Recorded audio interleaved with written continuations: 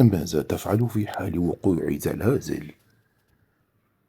وأسئلة تحير العامة، ومن ضمنها: ماذا أفعل في حال حدوث زلزال وأنا في المنزل؟ النصيحة: ابقى في المكان الآمن الذي تجده، واحمي رأسك ورقبتك حتى تتوقف الاهتزازات، وهيئ نفسك لاحتمالية تغيير المأوى الذي اخترته وفقا للتأثيرات التي تسببها الاهتزازات. إن كنت داخل البيت فلا تخرج منه، لا تركض للخارج أو إلى غرفة أخرى في أثناء الزلزال، حيث أنك ستكون أقل عرضة للإصابة إذا بقيت مكانك. ويستحسن أن تحتمي بمنضدة حتى لا تقع عليك انهيارة من السقف. وماذا يفعل المسلم عند حدوث الزلزال؟ فالواجب عند الزلازل وغيرها من الآيات والكسوف والرياح الشديدة والفيضانات المبادرة بالتوبة إلى الله والضراعة إليه وسؤاله العافية والإكثار من ذكره واستغفاره، كما قال صلى الله عليه وسلم: فإذا رأيتم ذلك فافزعوا إلى ذكر الله ودعائه واستغفاره. ما هو التصرف الصحيح أثناء الزلازل؟ أولا: حافظ على الهدوء، لا تركض، احمي نفسك، ابتعد عن الأشياء التي يمكن أن تقع عليك، ابتعد عن الأشجار والكابلات الكهربائية، ويستحسن أن تغلق المواقد النارية المعدة للتسخين، وأن تغلق المراوح أثناء عملها ووحدات التكييف. وبالطبع لا تنسى أن تحمي نفسك. أما هي أفضل الأماكن للاختباء أثناء الزلازل؟ هي المداخل، إذ يتم تصميمها عادة لتحمل الضغط، وخصوصا في حال زلزال، أو الاختباء تحت الأساس الصلب مثل مكتب أو سرير، وهو خيار مهم للحماية، أو منضدة. كيف نحمي أنفسنا من الزلازل؟ الابتعاد عن المباني والأشجار وأعمدة الكهرباء، والاتجاه إلى ساحة مفتوحة أو حديقة إذا كنت في الخارج. وإن كنت في الخارج أيضا تلك نصائح: إذا كنت تقود السيارة أثناء حدوث الزلزال فينصح بالتوقف على جانب الطريق والنزول منه إلى مكان مفتوح، والاستماع للمذياع وصفارات الإنذار، والالتزام بتعليمات الجهات الحكومية. سؤال: هل يجوز الهروب من الزلازل؟ بالطبع، فيجوز الهروب من الكوارث والأخذ بالأسباب، وأنت مأمور به شرعا، ولا يتنافى مع الإيمان بالقضاء والقدر. ماذا نقول عند حدوث الزلازل؟ منذ فترة من الزمن حدث زلزال في بلادنا، نقول: الله أكبر، وأن نكبر ونذكر الله كثيرا.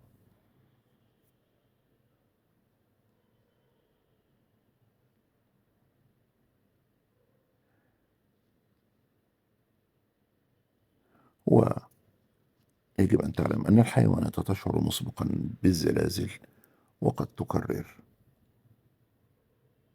وتكرار حدوثها في الفجر. ماذا تفعل إذا وقع زلازل؟ تبقى في مكانك بالابتعاد عن المباني وأسلاك الكهرباء والحفر وخطوط الوقود والغاز يقدر من خطر الإصابة، وعليك إجراءات واجب اتخاذها أثناء حدوث الزلازل. فتعد الزلازل واحدة من أصعب المخاطر الطبيعية، وفي كل عام تحدث مئات الهزات الأرضية ذات الحجم الكبير والتي تهز قشرة الأرض، مما يتسبب في أضرار جسيمة وخسائر بشرية.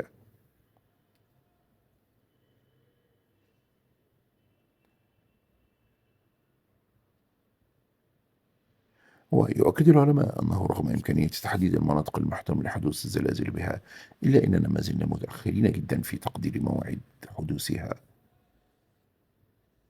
وبالطبع لا يمكن التنبؤ بها. وعلى الرغم من صعوبات التنبؤ، إلا أن الخبراء يؤكدون على ضرورة الاستعداد، مما يعني أن يكون لديك خطة لمواجهة الزلازل. إن كنت تعيش في منطقة تشهد العديد من الزلازل سنويا، من الأفضل أن يكون لديك حقيبة طوارئ في منزلك، وأنه يجب أن تحتوي على كمية كبيرة من الماء ومصباح يدوي وصندوق إسعافات أولية ووضع الطعام المعلب. ووفقا للصليب الأحمر يجب أن تحوي الحقيبة على نقود ونسخ من المستندات الشخصية الهامة مثل قائمة الأدوية، وأن تبقى في مكانك إن كان المبنى الذي توجد فيه آمنا، فبحسب هيئة المسح الجيولوجية الأمريكية، وهي وكالة علمية تابعة للحكومة الأمريكية، فإن خطر الإصابة يكون أقل إذا بقيت في مكانك، لذا تنصح الهيئة بعدم محاولة الخروج من المنزل أو الانتقال إلى غرفة أخرى أثناء حدوث الزلازل. يقول الخبراء أن قاعدة السلامة هي انبط، احتمي وتمسك. الركوع على يديك وركبتيك يحميك من الأجسام المتساقطة، مع تقليل مساحة للتحرك قليلا إذا دعت الضرورة. أما إن كنت تحت طاولة أو مكتب، أو إذا لم يكن لديك ماء قريب، فينصح بالتمسك بمكانك حتى يتوقف الاهتزاز. من أولى خطوات الحماية الوقوف عند مدخل المنزل، لكن الخبراء يشيرون إلى أنك ستكون أكثر أمن إن كنت تحت طاولة، خاصة إن كنت تعيش في منزل قديم نسبيا. غالبا ما تكون النوافذ والواجهات للمبنى هي أول أجزاء المبنى المعرضة للانهيار، لذا ينصح بالابتعاد عن تلك الأماكن الخطيرة. بمجرد توقف الاهتزاز يكون الخروج إلى الخارج عادة أكثر أمنا في حال إن كان هناك خطر انهيار للمبنى الذي توجد به. كل هذا يحدث وأنت في الداخل، ولكن ماذا لو وقع زلزال وأنت في الخارج؟ يقول الخبراء: ابقى في مكانك بالابتعاد عن المباني وأسلاك الكهرباء والحفر وخطوط الوقود والغاز، يقلل من خطر الإصابة. كما ينصح بالتوجه إلى منطقة مفتوحة بعيدة عن الأشجار وأعمدة الهاتف والمباني. وأن معظم الإصابات والوفيات تحدث نتيجة سقوط أو تحرك الأجسام، مثل أجهزة التلفاز والمصابيح والزجاج وخزائن الكتب. وإحدى الطرق لتجنب الإصابات هي تثبيت الأساس الثقيل على الجدران باستعمال شرائط مرنة.